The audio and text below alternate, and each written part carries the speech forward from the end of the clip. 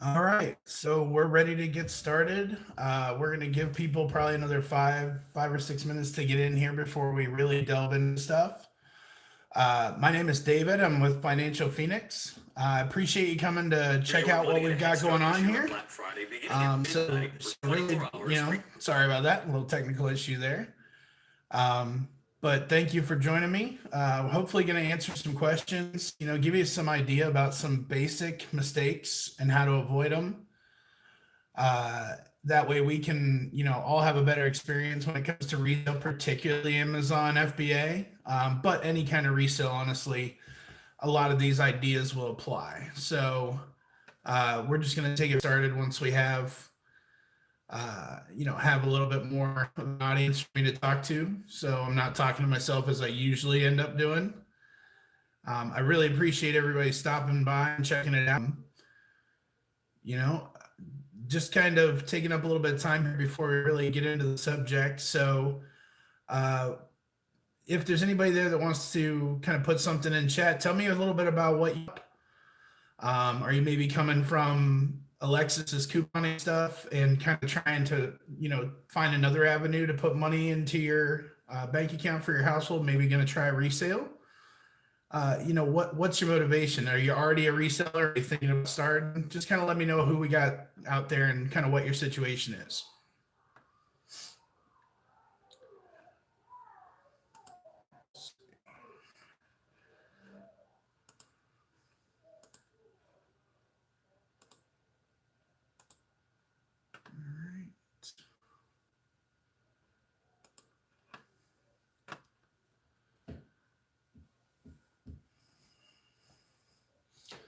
So, what we're going to be talking about, you're probably already familiar with the basic premise of what we're going to be discussing today, but it's going to be mistakes to avoid as a newbie seller, Amazon in particular, but it can apply everywhere, like I said. So, we're just giving folks a few more moments to get in here. We're going to start at 8 o'clock. Started. I've got looks like about 6 or 7 talking points I want to go over, and then from there. Then we're going to open it up for questions, kind of see what questions you might have, or concerns you might have about resale or side hustle, and we'll see if maybe I can give you some value there, give you some information. So just about there, probably another minute or so. Cat's over here giving me grief. Pee pee, hi. Yeah, what's the matter? All right, I got a noisy cat over here. What are you doing, P? Hmm. You hang out? All right. Anybody, any questions, anything at all? Well, I guess the second half is going to be for Q&A anyway, so that's okay. If you're saving your question, that's totally fine. But yeah, we'll go over a couple of things here, and like I said, hopefully this kind of give you an idea of what I've encountered. The one thing I will say for sure is I'm nobody's guru at this. I'm not a master. I'm learning along with everybody else. I feel like our side hustle, our resale business has gone really well for what we've had to invest in it. We literally started this business with the last $50 from my last paycheck. And, in just a couple of months, we got it to the point where it pays our mortgage each month. We still have to have a day job and stuff at the moment, but we're working on it gradually. But yeah, to have one huge bill off your pile every month is a big, big deal, especially for the little investment that takes. So it's definitely rewarding. I would definitely suggest for a lot of people, the FBA route in particular, fulfilled by Amazon, makes things a lot easier as opposed to running like an eBay business, which I've done. And it's gone pretty well. I actually ran an eBay business before I met Alexis, and it was pretty successful. But FBA is so simple. They handle all the customer service, all the storage. The fees are high, but they're doing everything. So it's like you've hired a fleet of people to work for you for next to no money. So it's a great bargain. I think it's just about time for us to get started. So we'll get in on our actual bullet points here. So the video again is to discuss a little bit about common mistakes. I've made pretty much all of them, just about. I think one or two of them are just kind of imperfect, but hopefully this will give you an idea how to avoid some of those things. So the first thing I want to say right off the bat is I want you to get a professional account if you're going to sell on Amazon. Get the professional account right away. That's one of the kind of soft issues that's out there. You know, there are some folks on both sides of the fence. There are some people who are really happy being merchant fulfilled sellers, and that's awesome. It does work for some people, but for me, I don't want to have a bunch of stuff stored in a warehouse somewhere. So I highly suggest taking advantage of the professional FBA account on day one. And there's one simple reason. On top of the simplicity of it, the reason why you want the FBA professional account is because that's the only way to get the buy box. It's not be able to get that buy box. So what that means, if you haven't caught our other videos about Amazon, the buy box is basically the little box that pops up on the screen that says buy this now for X amount of money for that one-click buy. Last time I heard a study result, it indicated that 80% of sales come from the buy box. So you definitely want that on your listings, and the only way to do that is to be a professional seller. You can do merchant fulfilled prime shipping, but that's not going to get you the buy box. So you might be able to get a low price and get some people snagged that way, but that buy box catches eyes. And like I said, 8 out of every 10 sales is going through that buy box. So you also get to command a higher price because of that too, because a lot of people just click and buy and they don't pay that much attention. So, you know, those higher prices make that pro account pay for itself. So it's not a mistake so much as the other ones can be. We've got some real mishaps on here that you can get into, but it's just good advice to get started. Go with that pro account. The second point I wanted to go over was don't try to live off your FBA business right from the start. When we started, we got some good inventory right away for next to nothing. And we can basically cover our mortgage payment each month with our profits. But our business would have grown a lot faster if we'd have just plowed our profits back into the business for a certain period of time instead of paying ourselves essentially. So that would be my advice there. Again, that's more of a general direction than an actual mistake, but make it a labor of love to begin with. Make sure you love doing it. And then once you know that you love doing it and you plowed some money back into the business and acquired enough listings active at, 500, 1,000, 2,000 listings active, then you can start to grow that into the awesome lifestyle friendly business that gets us into resale. The reason why we do this is so we can have our freedom, have our time. We don't do it so we can not work. I mean, people joke that booksellers are lazy in particular, and that's true to an extent, but it's hard work lugging all that stuff. It's hard work sorting through all those books. But I would rather use my time the way I see fit than use my time the way some corporate drone sees fit to tell me to do it. So rather than punching a time card, I'd rather go through those books and sweat and be gross and covered in book filth, which can get really nasty, by the way, especially if you do the Goodwill outlets, they get kind of gross. But yeah, I mean, I would say make it a labor of love, plow the money back in, just more good tools and software, and just go from there. The next kind of mistake that I would suggest avoiding is avoid burying yourself with inventory. You definitely want to source inventory consistently because, I mean, that's how you get paid. If you don't source, then your listings get stale and then you don't get paid. But you got to make sure that you're listing and shipping consistently in a timely manner and you keep that momentum going constantly.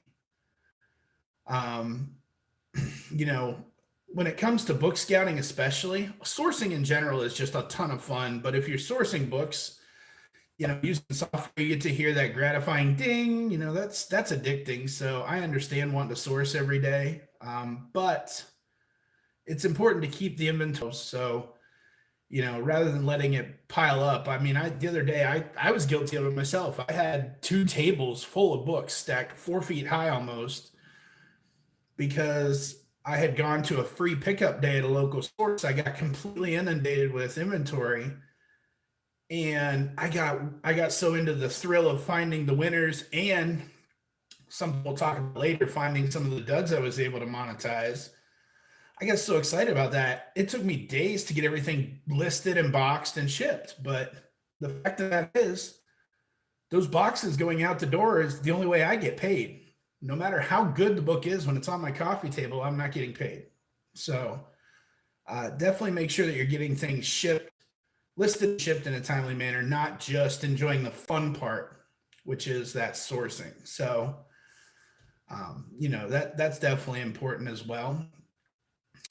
One other thing, speaking of monetizing duds, a lot of people kind of get into the book selling in particular. Any kind of resale this can apply because we talked about death piles in the past, but especially with books, you can end up with a pile of inventory that looked good when you scanned it. Maybe something's changed. Not every item we pick is going to be a winner. And sometimes even when we get what looks like a killer buy, the market goes trying to get a quick buck. But the important thing is, it does happen, but you have to acknowledge that nobody is immune to that. And you have to have a plan to monetize your duds. The good thing is, if book selling is the route that you're going or looking to go to, I have very good news for you, which you may already know. If you use Scout IQ to source books, the newest update actually features a direct integration with sellbackyourbook.com. And what that does is that when you scan books, you will get the trigger for Scout IQ to tell you whether the book is acceptable or not based on their triggers. But you will also get a trigger that will pop up and let you know if sellbackyourbook.com will give you a certain amount of money for that book, straight up without having to wait for it to sell. So again, I had that free pickup day and I had the update. So I had Sell Back Your Book active on my account. I went through, and since it was a free holiday day, my prerogative was anything that would pay me at least 15 to 20 cents, I would take it because it was free. So after a long day of going through books and loading up the car a couple of times, I ended up with approximately 150 books that were good quality. And then I ended up with, I believe, about 250 or so titles that were within that range for sellbackyourbook.com. So it literally took me all of 20, 30 minutes to scan them all. You just hit the green Sell Back Your Book icon that appears on your Scout IQ result, and you can add it to your cart. And then at the end of adding all those books, you just hit checkout. They will set you up with prepaid shipping labels, tracking, the whole deal. You don't have to pay for the shipping unless you opt to ship it a different way other than their default settings, which, why would we want to pay when they can pay? And I turned that trip into not only all those FBA quality books, but I also turned it into a quick $85 to $90 that I'm going to get from sellbackyourbook.com just for shipping those other boxes out. So you got to have a plan to monetize your duds. Marketplace, whether that's something like the Sell Back Your Book integration. There's tons of different ways to monetize the items that no longer have the resale value or that you no longer feel like dealing with. And that's an important pitfall to avoid, is make sure you have a way to monetize those things. And that way you can avoid that death pile developing your house, that mountain of items that never gets listed, never gets sold. I'm still guilty of from time to time. Oh my goodness, we had a little accident. Holy cow. Well, that did not go well. Apparently the tripod is having some issues. Give me just a moment.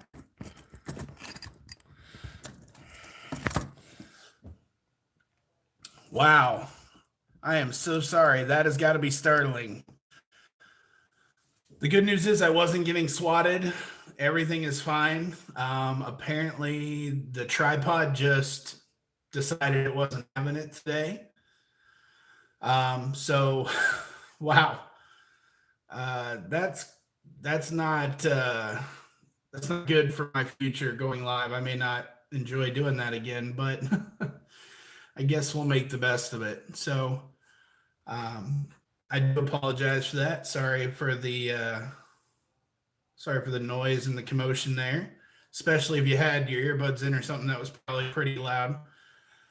Um, Another thing that you want to make sure that you don't do as a reseller, particularly in the book realm, but any resale really, is don't ever, ever, ever, ever exaggerate the quality and condition of your items. Um, that's not really learning from my mistakes directly, but it's just a general rule. And it's always good to keep ourselves out of Big Daddy Bezos's doghouse from day one. Um, they will definitely crack down if your items are not as advertised, especially more than once. It'll definitely, come back to bite you. Um, and it's just a simple thing. You want to always you want to always under promise and over deliver no matter what. No profit at all used, but it looks really good. And if it's brand new, you can profit 25, 30, 40, $50. It could be a textbook. It's completely pristine. They never used it for anything. They scratched off the act. It's not new. And that is a good way to end up away from Amazon. You will sever that relationship and you will be stuck. So, you definitely want to always be honest about quality and condition. That's a big thing. Always over deliver for the customer. Oddly enough, the quickest way to get a feedback ding isn't to try to sell some ratty acceptable book as very good or like new. It's actually when you sell that pristine book that looks perfect and you sell it as new, and somebody's like, "Oh no, there was a ding in the cover. This is clearly not new." If there's one dog-eared page, even though it's a pristine book, that is not new. If it's not in factory sealed packaging for me, it's never new, because that's the easiest way to get a feedback ding. And a couple of those, really puts your account health at risk, and it's just not worth the profits that you might make on that one item. So just don't think about it.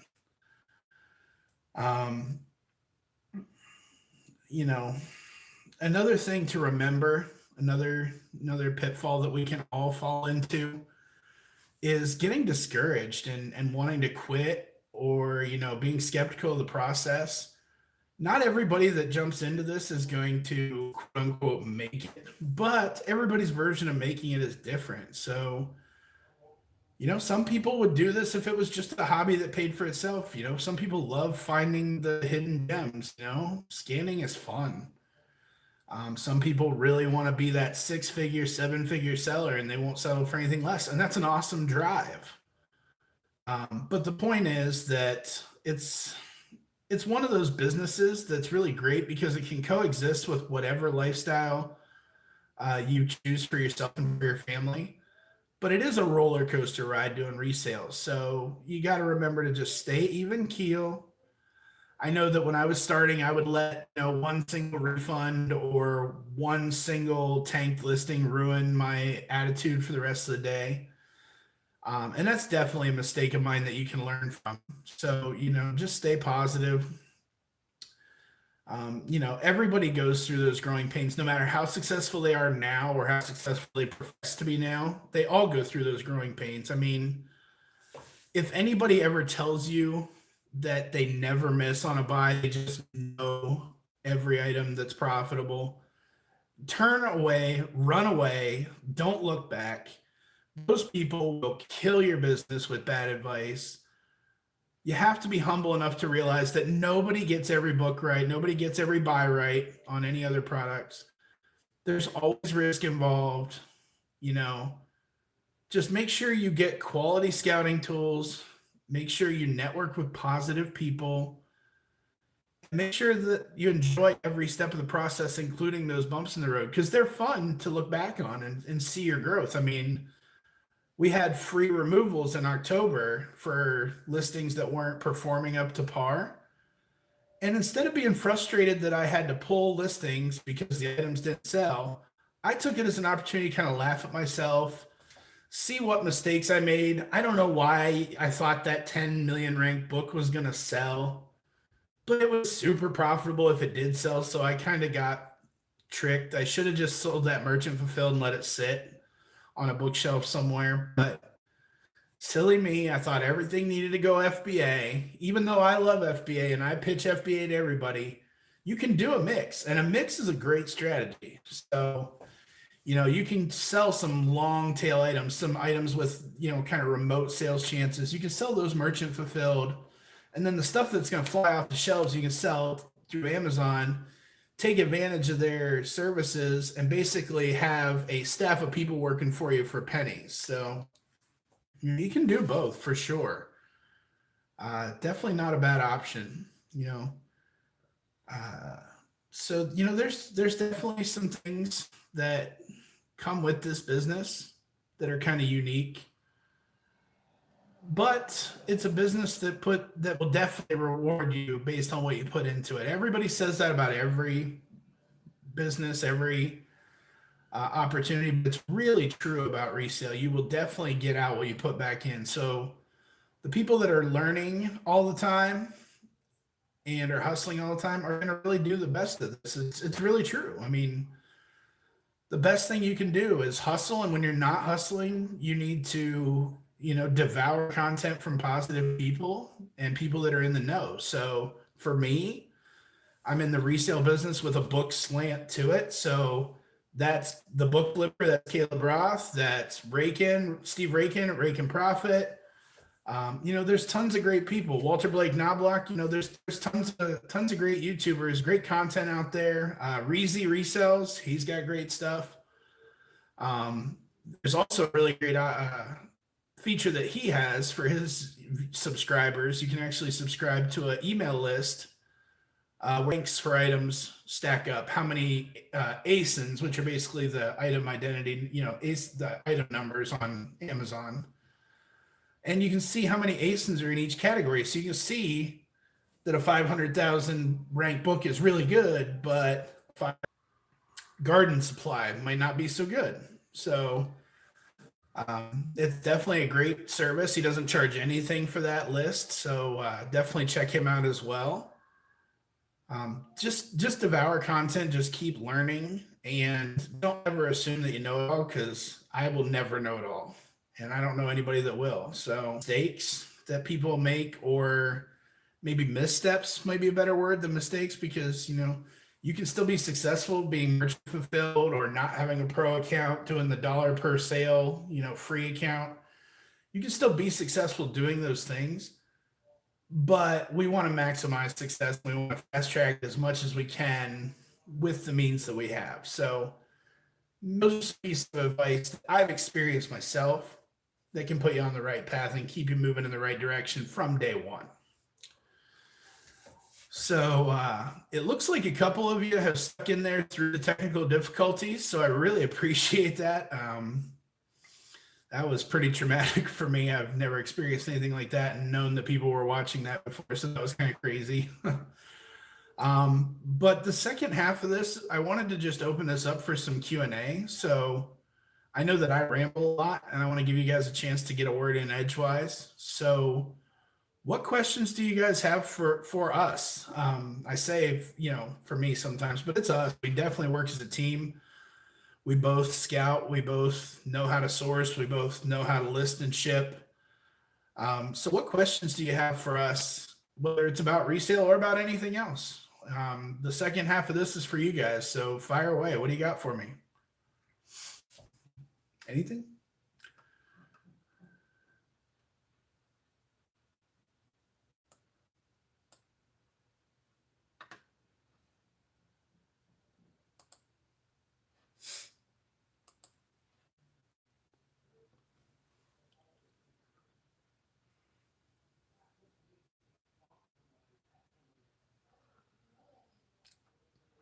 Okay.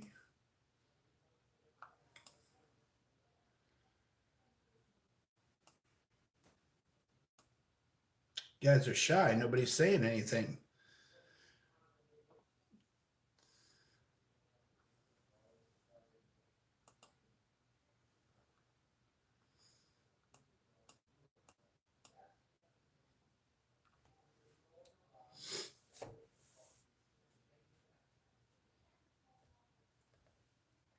Oh, okay. We got something here. So Katie wants to know what's the most profit I've ever had on one book. I haven't found like margin of safety or anything like that, which, if you get into book selling, you'll realize, you'll find out that's kind of like a holy grail kind of book. But the most profit that I've had on a book right now, I think stands at about $100. Now that's far from the most that I've seen from other people. But we're normally expected to make about $5 or $6 profit per book. So anytime you get $100 hit, that's a big upgrade from that. So never bad to see the $100 books. I do have one listed right now. It hasn't sold yet. I'm only counting sold listings, just so you know, because I do have one listed right now that is the weirdest book I've ever seen. It's called Catching Joy, I think it is, Tales of an Ohio Midwife. And it's got an e-score. It's sold within the past 180 days. And I'm the lowest Amazon price at like over $400. So fingers crossed that one sells.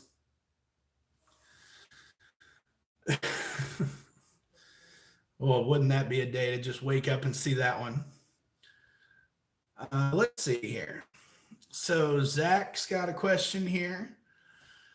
Tips for listing with the Amazon seller app. I list on my phone and do the rest on my computer, but seems to take a while.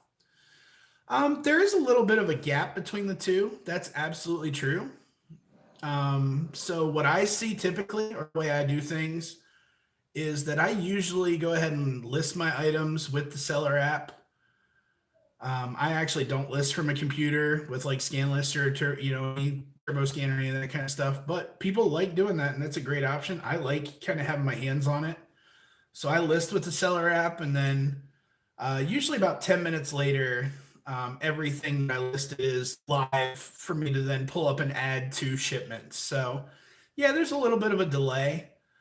But I personally love doing it that way, especially because it'll let me like automatically price match the best prime price. I don't even have to think about it. And then I just let my repricing program take over from there. Let's see. So Kaylee Saves Money has a question, said, do we sell anything other than books, or have we in the past? Oh, absolutely. I mean, it's legal. Funny thing is, I did actually flip a bunch of flavored vape juices right before all the dust up happened about vaping products. I got those by going to Walgreens and getting them at 90% off clearance. A lot of vape juices, they flew off the shelf. I got some actual vape kits from there as well, 90% off clearance, and flipped them for a bunch. We sell anything that, I don't really do clothes though, because clothes will get returned often. So pretty much just avoid clothes, but I'll do just about anything. Before I met Alexis, I ran an eBay business, and I did costume jewelry, like designer costume jewelry and vintage fishing lures. So that's a weird combination, but they were profitable. Sold a fishing lure for like $4,000. Let's see. So High Valley Couponer. Hey, what's up, Nick? So have you ever thought of selling coupon stockpile items? Well, yeah, we have. We've thought of that, and we've done it on a couple of items, especially with the FBA process. You can just ship them in if there's enough profit. One thing we ran into, which you may experience if you try to go the Amazon route, is you often get gated, which is basically a restriction on a certain category or a certain brand. And not only do cosmetic brands and topical brands like shampoos and conditioners and soaps, not only do they often get gated for the brand, but you also get gated in topicals right off the bat, usually when you open an account. So that's kind of limited our ability to Amazon our stockpiled items, but we sell them at yard sales and stuff all the time throughout the summer. And I have sold some like vitamins and stuff, especially when there's like 90% off clearance. Plus, you can get a buy one, get one on a certain brand like the Nature's Made vitamins. I did sell some vitamins for some pretty good money at the beginning part of our FBA journey for like, $30 a bottle. So that's definitely an option too. Let's see. Okay.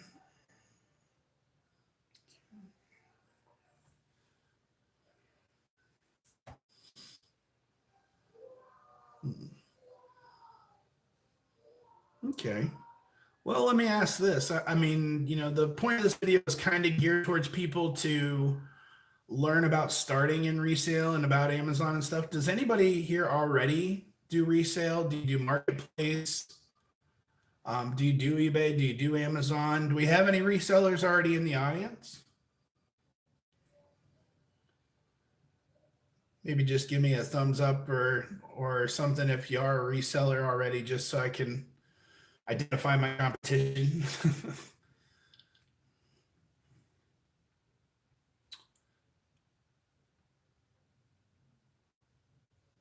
Okay. I do know one other thing that I could talk about. It's not really on topic. So let's see. Katie says she'd like to resell, but hasn't yet. Okay, well, there's plenty of time. There's no better time than the present to get involved in resale or anything else that's positive for that matter. Let's see. Ohio Valley Couponer. I've only ever sold things on eBay, but never consistently looked for things to make a business out of it. Yeah, no, that's understandable. I mean, we can tell from your content that couponing is definitely a love and passion that you have. So it's great if it can occasionally lead to additional income. Definitely keep following whatever makes you passionate. Look, in our household, both things make us passionate. So it's kind of a match made in heaven as far as that goes, saving money and making money. Kaylee says that she resells coupon items, but locally, not on Amazon or eBay. No, that makes perfect sense. Yeah, it really works well for marketplace deals, especially. Alexis will definitely do some Facebook marketplace deals throughout the months. People love to buy. We're not really brand loyal, so we could care less which brand we're using for her posting a Tide deal. Ohio Valley Couponer. I've done stockpile sales before and they're a big hit. Yeah, absolutely. I kind of joked with Alexis the last time we did a garage sale that she kind of took over up in our death pile of because I started off just reselling anything on Amazon. And then I realized I really wanted to do the book thing. So we were trying to get rid of a lot of that inventory, and it was good stuff. It was electronics. It was, video games. It was comic book paraphernalia.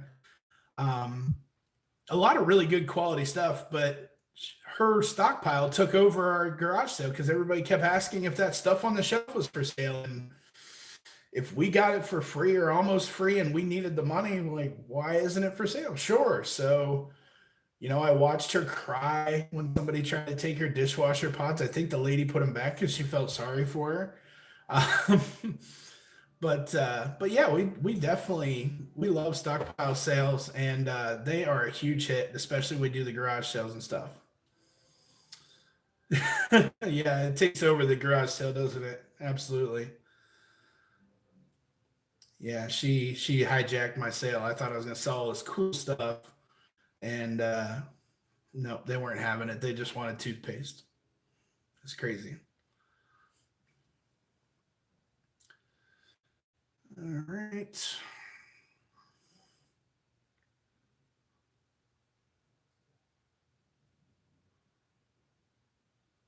Oh yeah, okay. So Kaylee says that her husband has done some eBay with calculators, probably like the scientific calculators, the Texas Instruments and stuff like that. If you can get them for cheap, absolutely.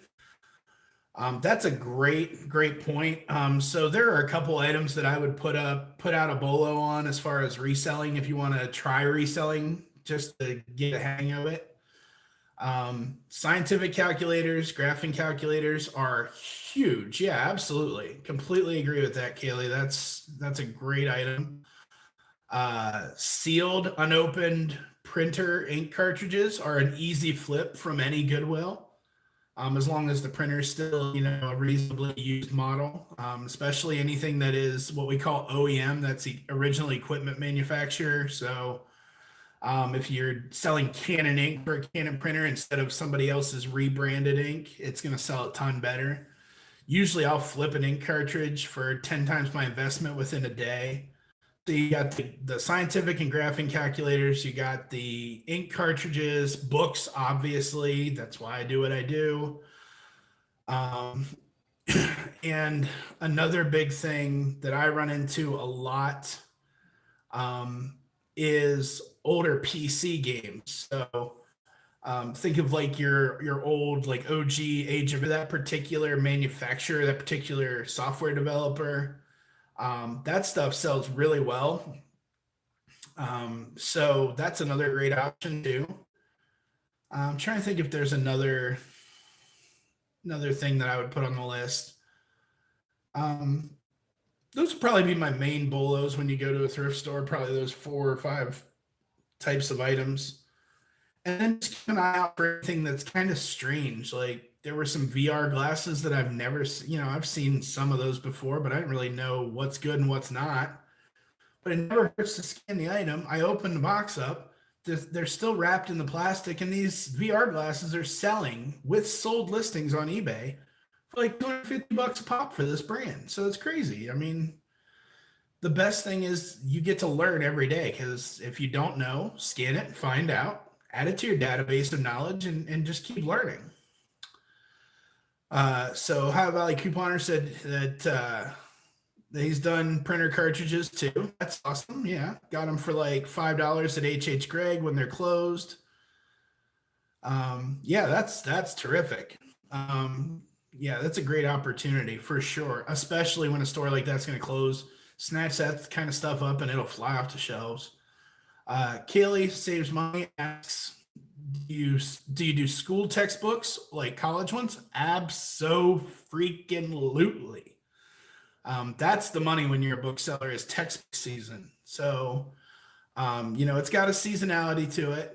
The late part of the summer, you're going to want to have inventory moving into Amazon. And then, towards the end of the year, towards the end of Q4 quarter, fourth quarter, you want Amazon to get your textbooks as well for the January, February rush. Textbooks is a little tricky because there are some issues with manufacturers trying to basically get Amazon to shut us down by claiming, counterfeits and stuff like that.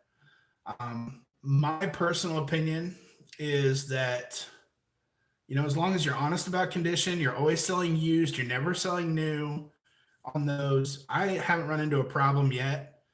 And if you do happen to get restricted in textbooks, or you start off restricted, you can always go to Romer the Roamer on YouTube. Has a great website, restrictedinventory.com. And he'll actually take the items that you're restricted in, he'll sell them for you. And when they sell, then you'll get a cut of the profit. You'll split the profit with him. So that's another great option if you run into some textbooks, or if you have some from your own schooling time and you're not able to sell them yourself. You can always sell them through a platform like that rather than giving them away. Or you could call me. I'll take your textbooks for sure. Did I do the Monopoly games last year that a lot of retail arbitrage did? Unfortunately, no. I didn't get started at that time, but that is one of the things that hyped me up. One of the original retail arbitrage content creators that I really started watching at the beginning before I shifted to books was Bearded Picker. And Bearded Picker did a really great video where he traveled to I think it was 4 states getting these Monopoly games, and he killed on them. He made thousands of dollars in one night's work, and it was awesome. It got me super motivated. in the end, I learned that retail arbitrage wasn't really my primary. I have a huge amount of respect for him and the content that he puts out, and for that had happened. So unfortunately, I was busy being a 9 to 5 drone when that rush happened. So Kaylee also asks, do you do them at like Dollar Tree and upsale? Are you talking about books in particular? Are you talking about books at the Dollar Tree, Kaylee? Or just general items?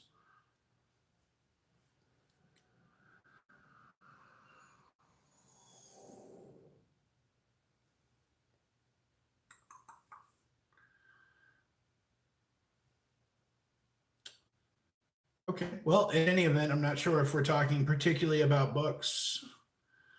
Okay, yeah. So Kelly says that she saw some girl who went to the Dollar Tree and scanned items on Amazon and they were selling for more. Absolutely.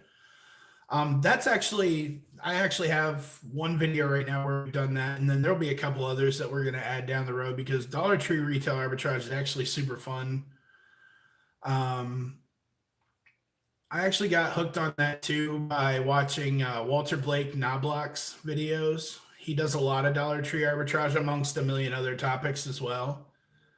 And he's had really good luck with like dish soaps and stuff like that because people buy the small quantities for like their RVs and stuff like that. So they really pay quite a premium versus what they could get the item for if they just went and bought it themselves at the Dollar Tree. But if you live in the middle of Wyoming or something, you know, it's easier to just have it shipped to you. But yeah, Dollar Tree retail arbitrage is super fun. I made a ton of profit with these little foam model kits that I got, and I had them in the first video. So if you go back and watch our Dollar Tree retail arbitrage video, you'll see where I got the weirdos figures, and they were a great sale. I sold every single one of them, and most of them sold for $20 plus, and I had $1 investment in each one. So that's a great option. Kaylee's coming in with questions, rapid fire, and I really appreciate it because I didn't want to sit here and be awkward. So thanks, Kaylee. And she also asks, why do people who go to Walmart act like retail arbitrage is like illegal or something? They were like trying to hide their camera and stuff. Some people are just not comfortable with doing what they do. I think some people get it in their head that the manager is going to kick you out or something, but I mean, you're comparing prices on items. It doesn't matter what you do with it. I mean, the first sale doctrine is in place in this country. So once you pay for something at a retailer, it's none of their business what you do with it. So I have no shame about scanning, and I will tell people what I do. I will tell people if I'm making money off the item I'm buying from them. I don't care. I mean, I'm free to do it, and they're free to do it too. I don't want anybody to go without money.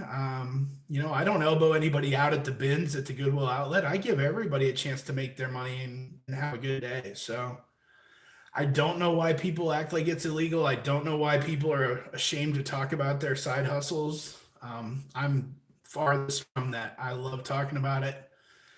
And some people don't want there to be any competition, but I love creating competitive. So I've done that a couple of times. I feel like I've created competition, but it's for the best. I mean, they get a chance to make their situation better, and I get to have that knowledge and be proud of that. Katie asks, said, I've got a bunch of Norman Rockwell plates. I've tried selling on eBay, but no one has bought them. Do I think they'd sell better on Amazon? Well, that's a good question. I don't know a whole lot about Norman Rockwell plates. I mean, I obviously know the iconic, pictures. I don't really know about Amazon on those. It's a possibility. Like every other item, you just have to kind of look it up and see where the comps are on Amazon. The good thing is Amazon does often bring you a premium price versus eBay. eBay is good for some things, but Amazon can really get you a premium on a lot of items. If it's not good on Amazon, I would really say make a good quality marketplace listing and try to go from there and find that collector that really cares about that really enjoys Rockwell. and wants to display them properly. Once you find somebody that takes pride or loves the thing you're selling, then the price is irrelevant. The price is just a number you're going back and forth about. Kaylee, might have to send you some books after my semester is over. I would be happy to take any books that are unwanted. I would be happy to, see what kind of price I could pay on some books and still make a profit. I'd be fair and open about that process, what I would expect to make. And I would be happy to sell books on consignment. If you don't want to just sell them outright, you want to see where they go and maybe take half the money. I'd be happy to sell your textbooks on consignment, even if you want to do it that way. So, that way I don't have to put out money up front, but you don't have to worry about getting lowballed. You get to see the exact sale that occurred. Yeah, win-win. Why not? We can do that. Kaylee also asks, do you sell like makeup or is that restricted? Makeup falls into that topical category that, like I said, does get gated a lot of times. The weird thing is it's not every product. Some products fall into the topical category and some products that clearly are topical just aren't coded that way on their website on Amazon. So you kind of get away with it sometimes. The good news is when you scan an item with the Amazon Seller app, it will tell you if you're restricted on that item or not, so that you never have to fall into that trap. I mean, you don't have to buy things that you can't sell. Now, occasionally you will buy an item and then you will later be gated on that item when you weren't to begin with, but that's not a big deal. That's few and far between. I mean, that's happened to me maybe 2 or 3 times out of hundreds and hundreds of listings. So definitely wouldn't be too concerned about that. Let's see. Yeah, I mean, it's just fun scanning anyway. So, I mean, especially if you're somebody who's couponing, getting stuff for free or for very little cost, or if you're somebody who loves to scour the clearance section anyway. Maybe you're a DG person and you're doing the penny shop. Penny items are obviously good flips because you have next to nothing in them, literally cents. Let's see. Kaylee said that she missed where I was discussing the books, so she didn't hear what I said. Just to be specific, what was it about the books that you were missing? Was it after we started Q&A or was it the first 20 minutes or so?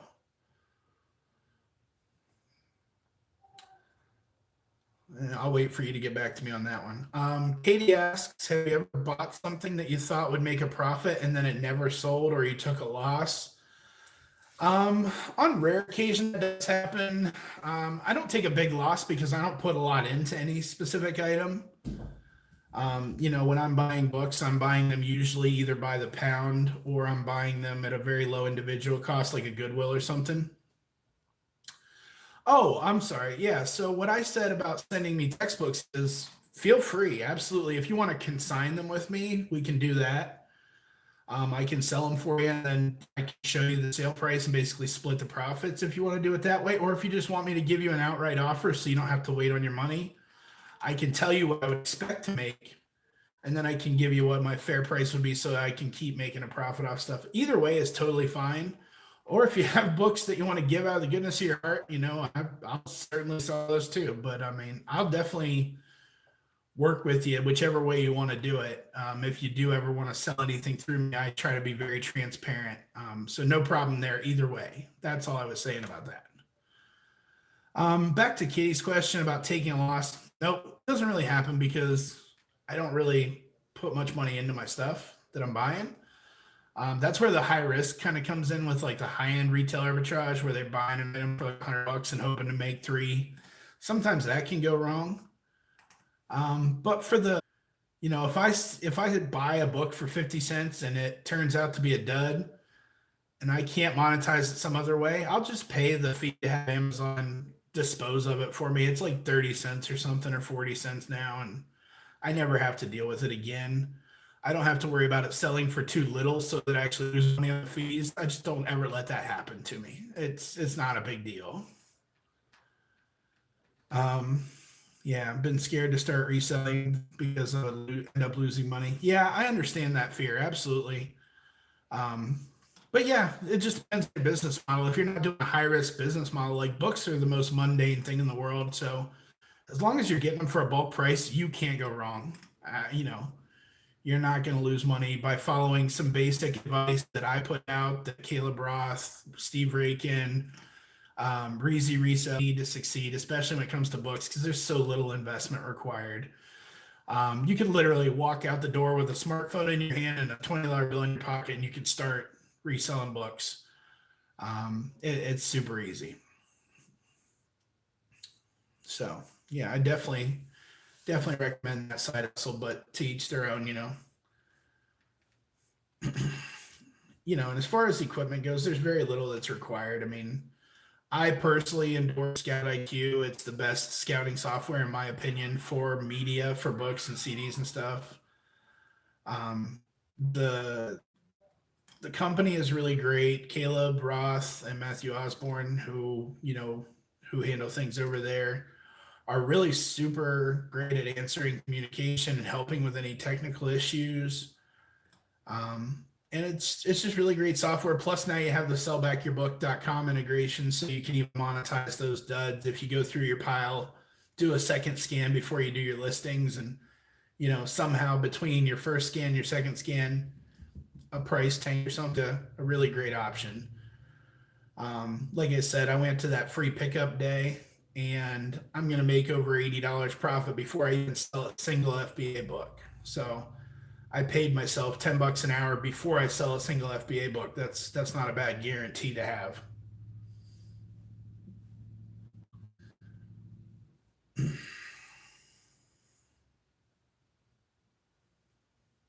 Let's see. All right. Well, you guys have done really great with the questions. I really appreciate it. Like I said, I was worried it was going to be a lot of awkward silence. Yeah, Kaylee, yeah, absolutely. If you get in touch with Alexis, she can definitely let you know what we're dealing with, what our situations would be on those particular books. One thing you can do if you really want an accurate quote from me is when you do contact her, you can include the ISBN number, which is back where the barcode is, or it's often found inside the first couple of pages with like the copyright info. And if you provide the ISBN numbers, I can automatically tell you within 10 seconds, what I would expect to see out of that book. So we can definitely help you out there. Yeah, definitely an option.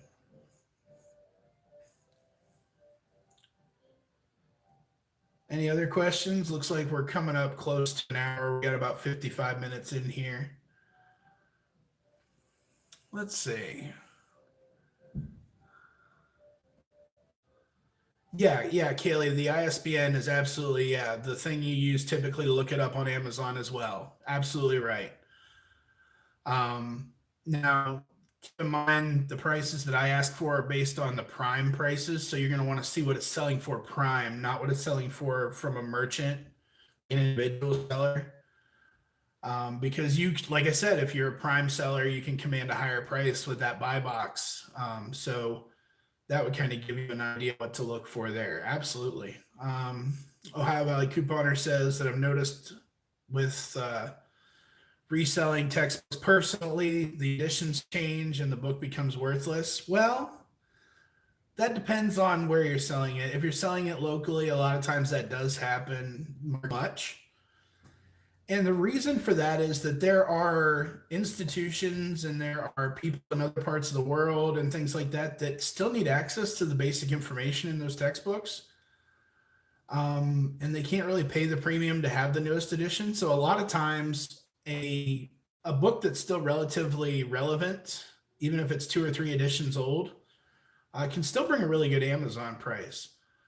A lot of times the eBay sales and Facebook Marketplace and stuff will plummet though, because the professors at your colleges and universities will tell you have to have the 12th edition, you can't have the 11th. But for somebody in another part of the world that's not taking it for that class, they just need that information. The 11th edition is pretty much the exact same to them. So yeah, there's definitely a dip from one version to the next, but a lot of times Amazon helps mitigate that. I've sold textbooks that are about 4 or 5 editions old and still got pretty decent money.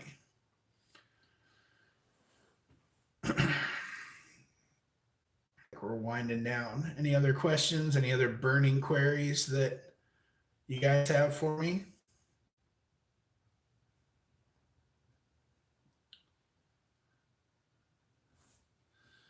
Ohio Valley Couponer says, interesting. Never tried Amazon. I always use some random textbook selling website I found. Yeah, absolutely. I mean, tons of us have done that in the past. That makes perfect sense. They don't offer a whole lot on the dollar usually, which is probably why you saw those offers go way down. But I mean, you know, that information comes with learning this business. Before that, I would have never known that resale was such a big deal with the textbooks. I mean, when I ran my first retail business, I was at an auction at a physical auction house, and I watched these people. This has been years ago, like about 5 or 6 years ago. I watched these people swarm around this pallet of textbooks.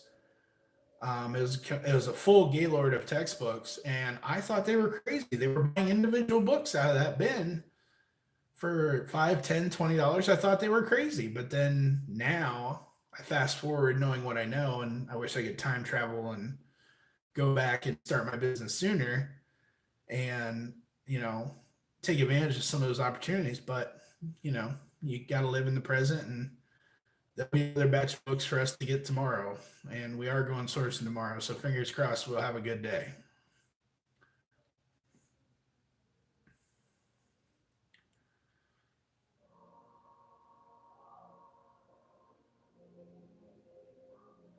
It doesn't feel like it took that long.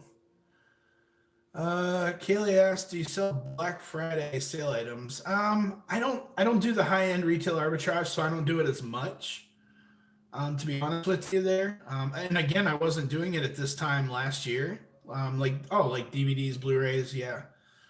I could see it Friday. Honestly, Black Friday for me is not worth the physical danger that you have to put yourself in. I think that Alexis is going to get out there and do some deals because she's kind of made that promise, and I think she's going to stick to it. But yeah, my resale is usually very low cost of goods, very low investment. So I typically don't do the Black Friday stuff, but who knows if she finds some good deals that we decide to flip, because I know we're going to do some gifts out of Black Friday, obviously, and I know that we're going to do some household stuff. So after we get our stuff and we get our gifts, if we end up with some extra stuff that was free or was moneymaker, yeah, I'm sure we'll flip it. Kaylee says she lives in a small town, so she'll probably be fine. Yeah, well, that's probably true. I just never underestimate people's capacity to, be kind of awful to each other, especially when money's involved, whether they're making it or saving it. Um, never had an issue, even in bigger areas. Never had an issue in like Houston. Okay. Never get never get like that high price ticketed items like TVs and stuff. Yeah, no, yeah, I don't do that. That's not my game. I definitely like the low risk, low investment. But I mean, it still pays off. I mean, I go buy I go buy books like 50 cents at a time, and it pays our mortgage. Like, it's crazy. It's not that hard. So I would definitely recommend it for a side hustle. So it looks like we've been at this for an hour now, just over an hour. If you guys have any other burning questions, we'll probably give you another minute or two, and then we'll probably log it off from there. I'm sure you're tired of hearing me drone on. I don't have the flair that Alexis has, but I do my best. Do I have another job outside of reselling? So yes and no. I mean, where I had a really good job and it wasn't available anymore. And ever since then, it's been kind of just filling in the gaps because we got super behind before we got into resale again. So yes, I do currently work a 9 to 5 job. Oh yeah, thank you very much for that. Ohio Valley Couponer paid me a very nice compliment. Thank you very much, Nick. I really appreciate that. Happy to come on. Like I said, I feel like I drone on and on, but no, I do have another job. kind of a 9 to 5, but it's just what's necessary right now. We will definitely be transitioning to a full time hustle. We're hoping to do that probably. That's probably going to be our tax time situation. We've pretty much desperately looking at a potential foreclosure or a potential sale of the house, uh, but we've dug ourselves out of that hole. We've paid off a lot of bills that were backed up and overdue. We've been able to repair some of our credit. So I think we're going to be looking at a full-time hustle probably, like I said, if we get a little bit of a windfall tax time, which with a couple of rugrats typically happens. And from there, I think we're going to be full-time. I mean, it'll give us the inventory that we need. It'll give us the number of listings. And honestly, the book sale's been really good to us considering how little we've had to put into it. So I definitely foresee us going full-time. And we've actually considered selling this place as well. And I think we might do a stint as, kind of nomadic sellers. Maybe take I don't know, 6 months or a year or something, travel and maybe do like the RV life for a short period before we look at another place. So, yeah, I think it's definitely in the cards for 2020 for sure. All right. Well, I think that that's probably about enough of my shenanigans. So I thank you guys all for coming in here. Thank you for the folks that stuck with us through the great crash of 2019 when the phone decided to take a tumble. I didn't even have my case on it because it wouldn't fit inside the tripod with the case on it. So we really dodged a bullet. It still works. I really appreciate it. I'm glad that glad I could answer some of your questions. And if you have any more, just drop us a line either at the channel or you can message Alexis directly if you're somebody that she talks to already. Feel free to ask any questions along the way, and I can definitely answer them for you as far as the resale.